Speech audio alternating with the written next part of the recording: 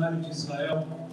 Livro dos Salmos, o Salmo de número 73, canção do salmista de número 73, é a 23ª canção do salmista. Vou pedir ao amigo sonoplasta que, se possível, me dá um pouco de ganho aqui.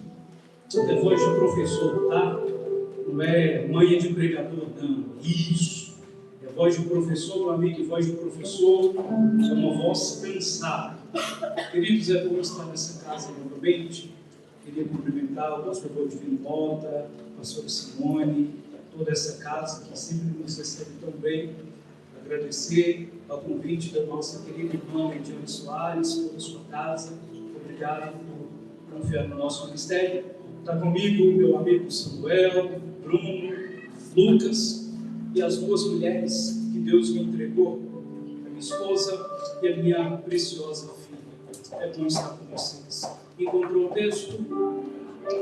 Nós iremos ler do verso 1 até o verso de número 8. E depois nós leremos o 17. Salmo 73 diz assim, um salmo de Asaf: verdadeiramente bom é Deus para com Israel, para com os limpos de coração. Quanto a mim, os meus pés quase que se desviaram. Pouco faltou para que escorregassem os meus passos. Pois eu tinha inveja dos soberbos, ao ver a prosperidade dos ímpios. Porque não há termo na sua morte, mas firme está a sua força. Não se acham em trabalhos como outra gente, nem são afligidos como outros homens. Pelo que a soberba os cerca como um colar, vestem-se de violência como um adorno. Os olhos deles estão inchados de gordura, superabundam as imaginações do seu coração. São corrompidos e tratam maliciosamente de opressão. Falam arrogantemente. 17. Até que eu entrei no santuário de Deus, então entendi eu o fim deles. 17. Até que eu entrei no santuário de Deus, então entendi o fim deles. Pode se sentar, por favor.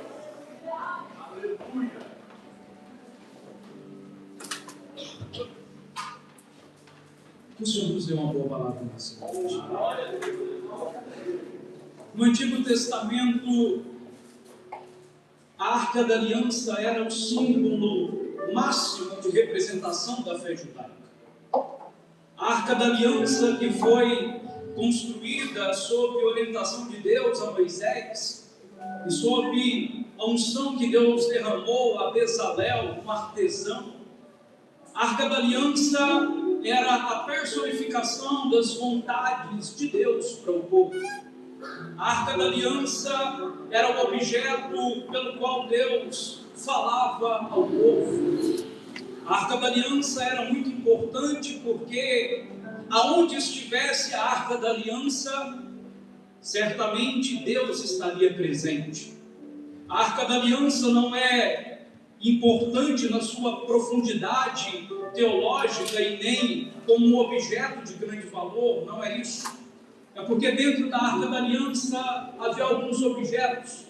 E esses objetos eram literalmente aquilo que Deus queria para o povo. Se tivesse a Arca da Aliança, então estaria presente a palavra de Deus. Aonde a Arca da Aliança estivesse, então estaria o sacerdócio de Deus para o povo. Aonde a Arca da Aliança estivesse, verdadeiramente estaria a provisão de Deus. É por isso que a Arca da Aliança era tão importante, porque aonde ela estivesse, Deus estaria presente. E aonde a Arca da Aliança estivesse, Deus estivesse presente, não iria faltar a palavra, o sacerdócio e nem a provisão. É por isso que Deus entregou grandes vitórias ao seu povo por intermédio dessa Arca da Aliança. Quem não se lembra quando Josué vai atravessar o Rio Jordão, e então os sacerdotes tomam a arca da aliança, a arca de Deus nos ombros, e vão atravessar o Rio Jordão. E quando o primeiro sacerdote colocou o pé no Rio Jordão, as águas do Rio Jordão, então, não ousaram atravessar o caminho que Deus estava passando. Quem tem a presença de Deus não vai ficar preso em um lugar só. Quem tem a presença de Deus vai atravessar as fronteiras. Quem não se lembra de Josué como um líder e indo ele em direção a Jericó, a cidade das palmeiras, e Deus entregando a cidade de Jericó, a terra prometida, ao povo que estava com a arca da aliança e consequentemente com a presença de Deus. É por isso que a arca da aliança no Antigo Testamento era um objeto tão sacro e tão importante. Agora redobre a sua atenção. O primeiro livro do profeta Samuel vai nos dizer que um dia essa arca do Senhor chegou até a casa de um sacerdote. O sacerdote que obrigatoriamente tinha que ser do tronco de Arão e tinha que ser da tribo de Levi. O sacerdote tinha por obrigação e por cargo e por ofício guardar e preservar a presença de Deus. Só que o texto de 1 Samuel vai dizer que naqueles dias a palavra do Senhor era muito rara. O texto de 1 Samuel vai nos dizer que agora a arca da aliança estava numa cidade chamada Siló. E lá na cidade de Siló, ela estava sob a tutela de um sacerdote chamado Eli. Você já entendeu onde eu quero chegar? Eli é a personificação do que um sacerdote não deve fazer. Eli, sendo um sacerdote, ele não tinha controle nem mesmo da sua própria casa. Sacerdote Eli é um paradoxo de alguém que se apresentava aos homens, mas a sua casa era destruída. Sacerdote Eli era alguém que se apresentava perante o povo, mas quando entrava para dentro da sua casa, a sua realidade era muito diferente do que ele se apresentava para o povo. Uma das coisas que Deus quer restaurar em nós esses dias não é a nossa presença perante as pessoas, não é isso. O que Deus quer restaurar em nós esses dias é a nossa postura dentro de casa quando ninguém está vendo. O que Deus quer restaurar nesses dias é uma das qualidades de Jó. Jó era um homem íntegro ao Senhor. Integridade ao Senhor significa, pastor Isaac, ser uma coisa perante as pessoas e ser a mesma coisa quando ninguém está vendo. Se existe algo que Deus quer restaurar em nós nesses dias, é um homem e uma mulher de Deus que ele é santo perante o povo e santo quando ninguém está vendo. Se tem uma coisa que Deus quer restaurar nesses dias, é um sacerdócio real do que pregador. Ele é alguém reto, ele não desvia, ele é alguém íntegro, ele é alguém que se desvia do mal. É isso que Deus quer para nós. Sacerdote Eli não é nada disso. A casa de Eli é bagunçada. A casa de Eli é uma casa que os filhos não obedecem à voz do pai. A casa de Eli é um sepulcro caiado. Sepulcro caiado é uma tumba onde dentro tem gente morta. E o cheiro dentro do sepulcro é de putrefação, é podre. Nem o urubu come carne de gente. Aleluia. Muitas pessoas estão com o sepulcro caiado, igual Eli. Por fora passa cal para maquiar, mas dentro está podre. No livro de 1 Samuel tem duas ocasiões trágicas e catastróficas. A primeira está em 1 Samuel capítulo 4, quando Israel vai lutar contra os filisteus. E na guerra tem 30.000 israelitas empunhando a espada. Levaram a arca da aliança para a guerra. Você conhece a história, a introdução. Foram Ofni e Finéias para a guerra. Mas no capítulo 3 de 1 Samuel, Deus entrega uma profecia muito pesada para os sacerdotes. E a profecia era que Deus iria julgar a casa daquele sacerdote. Em 1 Samuel capítulo 4, 30.000 guerreiros israelitas caíram ao fio da espada. Caíram ao fio da espada os filisteus filisteus tomaram para si a arca da aliança. Levaram para a Filístia a presença de Deus. A outra tragédia, ainda no capítulo 8 de 1 Samuel, capítulo 4, Deus não está mais em Israel.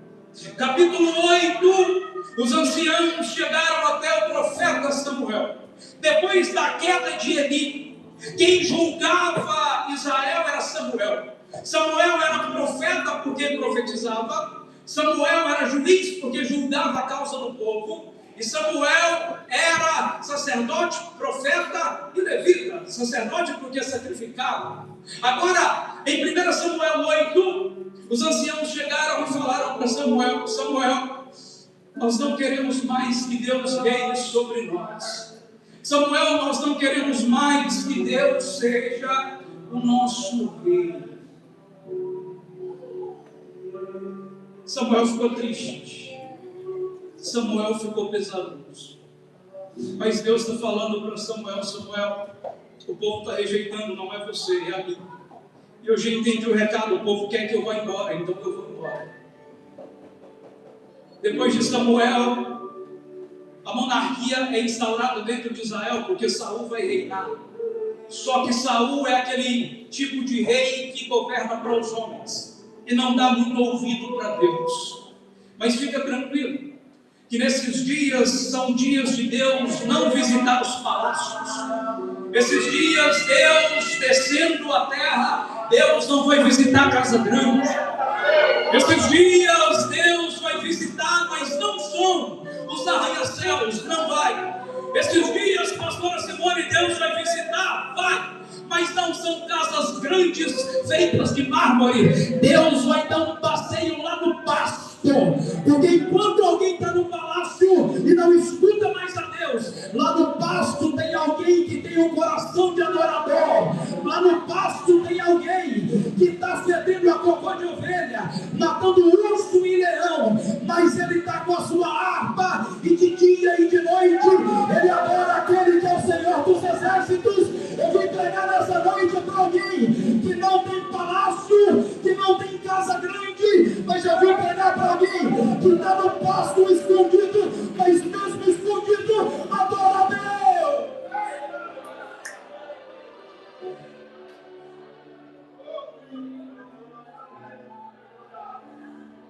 Deus vai passar no seu pasto. Lá no pasto, Deus encontra um adolescente, ruivo, desprezado, injuriado pelo próprio pai e desconsiderado pelos irmãos.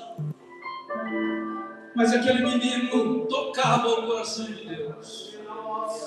Davi. Eu estou pregando para alguém nessa noite que sabe o que é rejeição. Eu estou pregando para filhos nessa noite que sabem o que é não ter o amor da mãe nem do pai. Eu estou pregando para alguém nessa noite que sabe o que é ficar escondido, porque o seu nascimento representou o erro dos seus pais. Mas fica tranquilo, irmão, Deus é especialista em pegar a história de rejeitados, tirá-los do monturo e do lixo, tirá-los de trás das malhadas e colocar perante os príncipes. Alegra seu coração, irmão. Sabe por quê?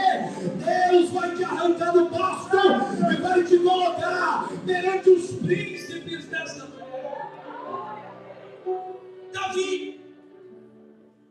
Quando Davi é ungido pela terceira vez, a primeira vez na unção de Davi, ele é ungido na casa do pai Jessé. A segunda vez na unção de Davi, ele é ungido para reinar em Hebrom. E a terceira vez, Davi é ungido para reinar em todo Israel. Aqui eu quero começar a pregar. Depois a pessoa atenção. Quando Davi é ungido rei de Israel, todo rei precisava conquistar o povo pelas suas vitórias. E com Davi não foi diferente. Davi organizou em 2 Samuel capítulo 6 uma infantaria de 30.000 homens e foi buscar a presença que havia ido embora de Israel. A primeira vitória de Davi foi reunir o exército e não ir derrotar gigantes. A primeira vitória massiva de Davi foi reunir os amigos, e os amigos partilhavam do coração de Davi. Mas no coração do líder havia uma pergunta: cadê a presença de Deus que a gente não sente mais? No coração do rei, uma indagação não deixava em paz. A indagação era: cadê a presença de Deus? Cadê a presença do Senhor no nosso meio? Quando Davi vai buscar a arca da aliança, ele vai lá na casa de Obed-Edom, lá na cidade de Gate, a mesma cidade do gigante Golias. Então Davi pega a arca da aliança e vai voltar com essa arca para dentro de Jerusalém.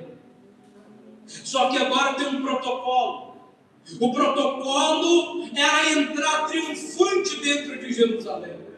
Para o lado de dentro havia os súditos do rei, que aguardavam ansiosamente o retorno do rei e dos seus guerreiros. Um soldado vem à frente e diz: preparem a festa, porque Deus concedeu vitória a Davi. A esposa de Davi, chamada Mical, estava preparando uma festa para a alta corte de Israel. Mical prepara uma festa para a realeza de Israel. Só que a plebe, os pobres, também prepararam uma festa. Agora está Davi, o exército e a presença de Deus voltando para casa. Só que tem um protocolo para entrar dentro de Jerusalém. Davi chega como um inexperiente rei e pergunta para o seu oficial: como que a gente volta para dentro de Jerusalém? O oficial está falando: rei, preste bem atenção. Pega um soldado, fala para ele pegar uma bandeira com uma haste. Do lado esquerdo, ele vai pegar a bandeira do exército inimigo, do exército filisteu. Que o Deus dos filisteus é Dagom, metade peixe, metade homem. Então do lado esquerdo, o soldado vai andar com a bandeira arrastando no chão, porque todo mundo que olhar entenderá que Dagom e os filisteus perderam a guerra. Do lado direito, o nobre rei, um soldado de Israel, vai pegar uma bandeira e vai levantá-la para cima. Grande rei, lembrando que o Senhor é da tribo de Judá, e o animal que representa a tribo de Judá é um leão, então o soldado do lado direito vai levantar a bandeira com o leão da tribo de Judá. Então todo mundo que olhar vai entender que o soldado do lado esquerdo dos filisteus, Dagom, perdeu, e que o leão da tribo de Judá ganhou a batalha. Grande rei, mas no meio dos dois soldados tem que ir o rei. Davi está falando como é que é? Do lado esquerdo, o soldado que perdeu a batalha, arrastando a bandeira, o povo vai entender que os filisteus perderam. Do lado direito, um soldado de Israel com a bandeira hasteada, a bandeira com o leão da tribo de Judá, na direita, e na frente o rei. Davi falou: já entendi. Davi coloca um soldado à esquerda, com a bandeira caída. Davi coloca um soldado à direita com a bandeira hasteada. Prepara, viu, irmãos, o tempo de derrota terminou, tá? Vai ter um soldado lá dentro da sua casa com a bandeira hasteada, porque o tempo da vitória chegou, tá, irmão? E Davi colocou no meio dos dois o rei. Que rei? O Senhor dos exércitos. Davi colocou a arca da aliança para ir à frente. Os portões se abrem. A expectativa dentro de Jerusalém era de receber o rei.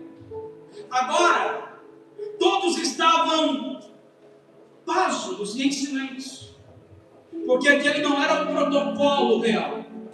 O protocolo dos súditos de Jerusalém, eles estavam acostumados, irmão Leidiane, ao soldado vindo do lado esquerdo que perdeu, ao soldado do lado direito que venceu, mas eles estavam acostumados a ver, sabe quem? Saul. Só que agora vem a presença de Deus no Senhor. Aquele que havia sido enviado embora de Israel, agora ele vem triunfante no Senhor. Quando a comitiva entra dentro de Jerusalém, As pessoas ficaram em silêncio. Sabe quem se atentou àquela cena? Os velhos. Porque os velhos sabiam. Sabe por que os velhos sabiam? Porque aquela presença que havia 70 anos que havia se ausentado de Jerusalém, de Israel, nem Jerusalém havia sido conquistado. Mas os velhos falaram e começaram a chorar. A gente sabe quem é essa presença que está entrando aqui. Mas os súditos, a maioria, ficaram falando. O rei não sabe de etiqueta. O rei não sabe o que é protocolo. Daqui a pouco Davi entendeu que o povo se espantou. Mical em cima desprezou Davi. Quando Davi viu que o povo não tinha entendido, Davi vai quebrar o protocolo de novo. Porque Davi está chamando seus 37 valentes, que fizeram um cerco e rodearam a Davi. E Davi começou a tirar a coroa. Davi começou a tirar as vestes reais. Davi começou a tirar as indumentárias de rei. Vestiu uma estola sacerdotal, quando as suas coxas ficavam à mostra.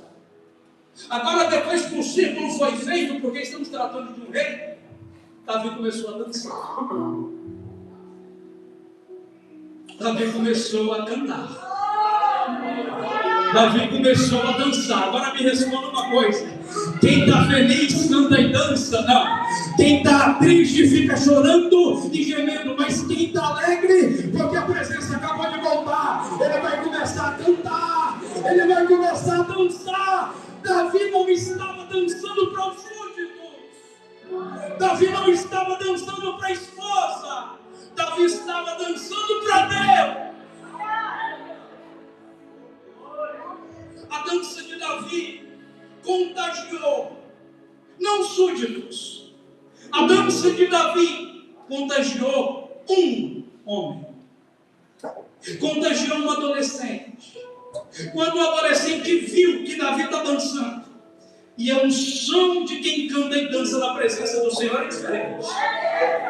A unção de quem canta inspirado pelo Espírito Santo de Deus é diferente.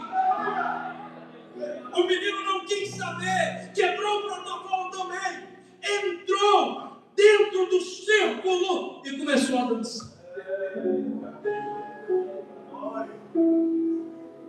A presença que estava em Davi pegou no menino.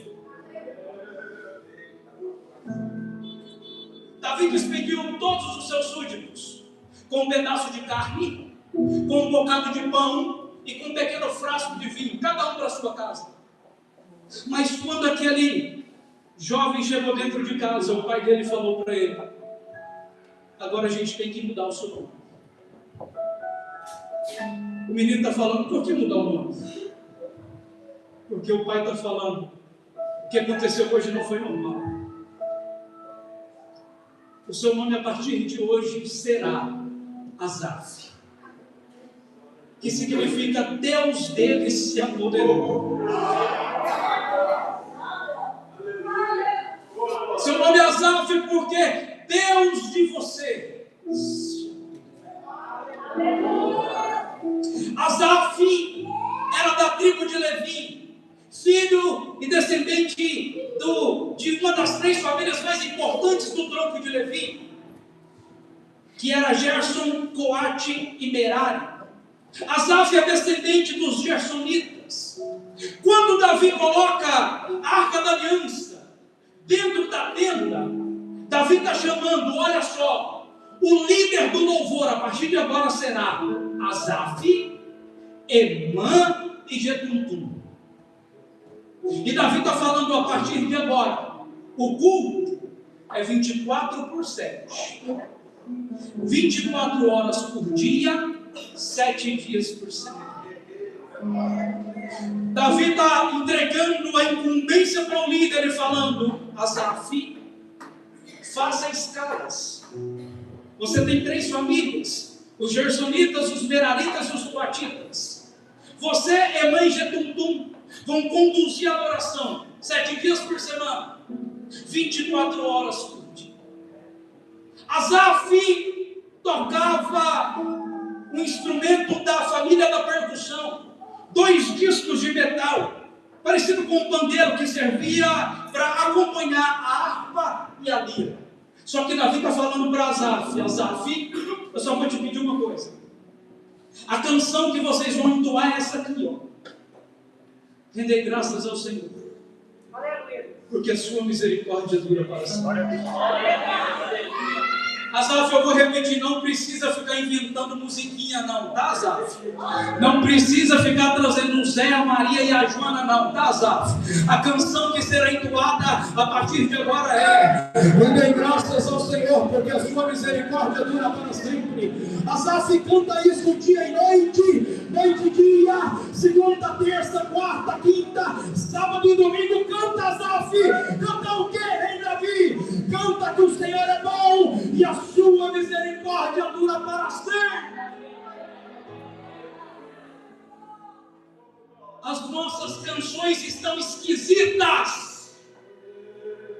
Pega do ano de 2000 para cá, as nossas canções são antropocêntricas. Tiraram Deus do centro da canção e colocaram o homem. Vai lá, pega quem falou da minha vida, avisa que eu estou de pé. Vai lá, fala para aquele ou aquela, fala que agora a minha vitória tem sabor de mel. Fala que ele vai me ver entrar, subir no palanque e ele vai ficar lá embaixo me vendo. As nossas canções, se colocar 1 hora de canção, na manhã seguinte nós iremos parar no psicólogo e no psiquiatra, porque as canções só falam: eu estou morrendo, eu estou ferido, eu estou cansado, eu estou depressivo, eu quero virar gay, eu quero virar lésbica, eu não estou aguentando mais, eu quero morrer. As nossas canções deixaram de ser teocêntricas. E Deus está falando para Davi. Davi tem um coração segundo o coração de Deus. E Davi está falando para Asaf. A canção é essa aqui, ó: render graças ao Senhor, porque a sua misericórdia dura para sempre. Render graças ao Senhor, porque a sua misericórdia não precisa inventar. Não precisa. Asaf tem um coração de adorador. Asaf liderou o louvor nos tempos de Davi. Só que detalhe, que eu apliquei a mensagem: o levita, números 4 e números 8, aos 25 anos de idade, no tempo de Moisés, o levita já era consagrado, já fazia serviços na tenda. Mas Deus está dizendo que o ofício levítico ia dos 30 aos 50 anos. Então imagine Asaf tomando banho, pegando o alaúde, os símbolos, pegando os símbolos, saindo de casa, banhozinho tomado, perfume passado, instrumento na mão e falando: vamos, porque hoje é dia de adorar o Senhor. Asaf está falando: hoje é dia de louvar ao Senhor. Asaf faz isso dos 30 aos 50. Cantava uma única canção: rendei graças ao Senhor, porque a sua misericórdia dura para sempre. Só que quando Asaf completa 50 anos, a carteirinha da aposentadoria chegou. Agora Asaf não pode mais cantar. Asaf agora não pode mais tocar. Asaf agora vai parar de compor. Asaf agora vai voltar para casa. Vai lá no quartinho da despensa, vai guardar um instrumento, vai sentar numa cadeirinha de balanço, e dia e noite e dia, vai ficar balançando. Asaf não mais adora. Aposentaram um amigo de Davi. Imagina você parar de cantar. Imagina você parar de dirigir. Imagina você parar de tanger. Imagina você ter que parar de apresentar-se ao culto porque você está aposentado. Asaf está aposentado, Senhor. Agora Asaf parou de olhar para o Senhor e começou a olhar do outro lado. Asaf agora está olhando a vida dos outros. Asaf agora está olhando a vida dos ímpios. Se fosse nesse dia de hoje, Asaf ficava o dia inteiro passando o dedo e olhando stories de Instagram. E olhar o stories de Instagram dos outros, Asaf chegou a uma conclusão: bom mesmo é a vida do ímpio. Bom mesmo é a vida daqueles que têm o coração corrompido. Bom mesmo é aquele que anda de carrão para baixo e para cima. Bom mesmo é a vida dos que são impiedosos. Bom mesmo é a vida de quem não está mais na presença de Deus. Asaf está falando, parece que a vida deles não tem dores. Parece que a vida deles não tem apertos. Parece que esse povo nem na morte tem dor. Asaf está falando, bom mesmo é a vida do ímpio. Não tem dor, não tem sofrimento, não tem apego. Salomão assume o reinado de Israel. Salomão é tão detalhista que ele gasta 7 anos para construir o templo. Salomão pensa em cada detalhe para construir o templo do Senhor. Agora Salomão está falando, para a inauguração, eu preciso do melhor cantor. O oficial está falando, do que o senhor precisa? Eu preciso do melhor cantor. O oficial está falando, do melhor não tem jeito. Salomão pergunta, ele morreu? Não. Não tem jeito porque perdeu a voz? Não. Não tem jeito por quê? Porque o maior cantor de Israel, que foi amigo do seu pai Davi, está aposentado. Salomão pergunta, e o que se faz para ele voltar a cantar? O oficial está falando, o senhor é o rei. Se o senhor revogar a sentença, ele volta. Deus está quebrando protocolos nessa noite. Salomão está falando, então o decreto está revogado. Pode chamar. Qual que é o nome dele? Asaf. Salomão está falando, o que significa esse nome? Deus dele se apoderou. E qual que é a história desse caboclo? Esse caboclo, Asaf, líder do louvor do templo do seu pai, dançou com o seu pai. Salomão está falando, vai chamar Asaf. Enquanto você está lá na sala da sua casa, sentado e falando, acabou, deixe mais friends, acabou. Eu não adoro mais a Deus, eu vou parar de cantar, eu vou parar de pregar. Você está lá no canto do seu sofá assistindo Netflix. Ô desgraça tal de Netflix, ô canseira tal de WhatsApp, ô desgraça tal de Instagram, Facebook, só presta para olhar a vida dos outros. Mas fica tranquilo, irmã, o mensageiro está vindo. Você está lá, com mesmo a vida do outro, com mesmo a vida do ímpio, e o mensageiro está vindo, irmã, com o decreto na mão. E o decreto é: vai voltar a cantar, vai voltar a ministrar, vai voltar a pregar, vai voltar para a casa do Senhor. Vai voltar. Para de olhar a vida do ímpio. Você ganha pouco, mas é com dignidade. Você pode até não ter carro do ano, mas quando você deita a sua cabeça no travesseiro, você não se preocupa de algum agiota entrar dentro da sua casa, matar sua família e levar os seus bens.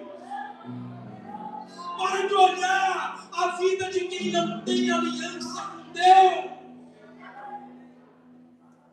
O oficial chegou e falou, Asaf, troca a roupa e toma banho. Porque o rei revogou o decreto. Asaf, pega um instrumento, O templo vai ser inaugurado e você vai compor a canção na inauguração do templo. Olha para cá. Deus não foi na produtora de discos gospel. Deus não foi nas estrelinhas que nem a paz do Senhor dá para você. Deus não foi em gravadora Y, X ou V. Deus mandou chamar o velho que canta uma canção a vida inteira. Deus não mandou chamar estrela. Deus mandou chamar o adorador. Prepara, toma banho, troca roupa, pega um instrumento, porque você vai voltar a cantar.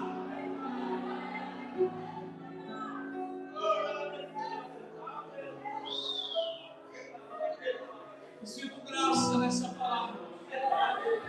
Asaf vai na despensa, pega o símbolo e o símbolo está na mão. Recebe o que é profético, você vai voltar na despensa e vai pegar um instrumento de novo. Asaf compôs a canção para cantar no dia da inauguração do templo. Os sacerdotes entraram. Vem cá, Samuel, me ajudar para a gente fechar. Asaf, até o versículo 17. Asaf estava naquela de olhar a vida do outro e falar: bom mesmo é a vida do outro, bom mesmo é a vida do ímpio e do impiedoso. Mas quando Asaf tirou o olho do ímpio e voltou aos olhos ao Deus da sua vida, Asaf agora está fazendo isso aqui. Versículo 17. Mas quando eu entrei no santuário,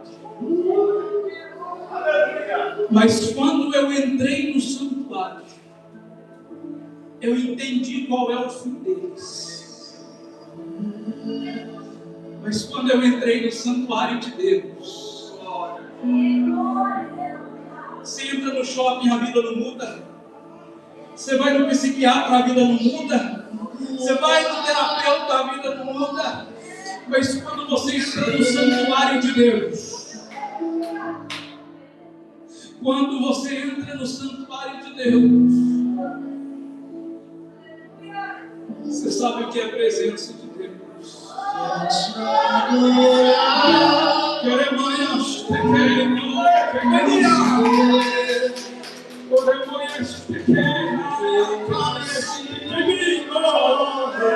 Vamos voltar para o santuário de Deus. Meu Deus, eu estou curando corações que estavam aposentados agora. Eu estou mudando a sua ótica agora. Você vai voltar a entrar no santuário de Deus com uma canção para cantar.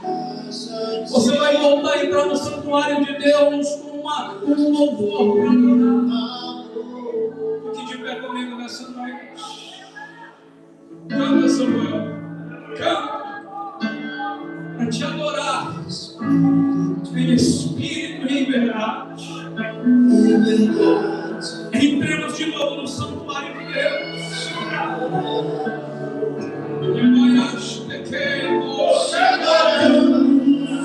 Oh, presença maravilhosa.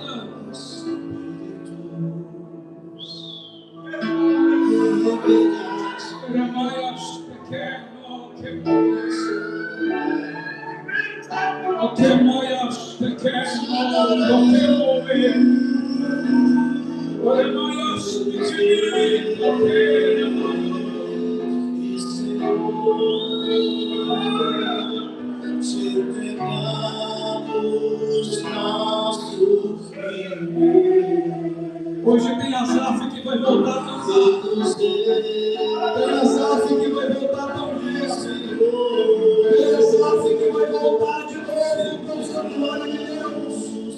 O Espírito Santo de Deus vai sentar nessa casa agora. A sua presença maravilhosa, Senhor. O Espírito Santo de Deus. O Espírito Santo de Deus. Os passos da depressão eu vou superar. O que o diabo queria fazer é te ensinar com 16 anos. diabo queria fazer é te enrolar as cadeias e algemas espirituais, menino. Pessoas que têm negócio há 15 dias atrás, os nossos do suicídio tentaram aniquilar sua vida, mas Deus falou: vai para o santuário, menino, volta para o santuário, menino.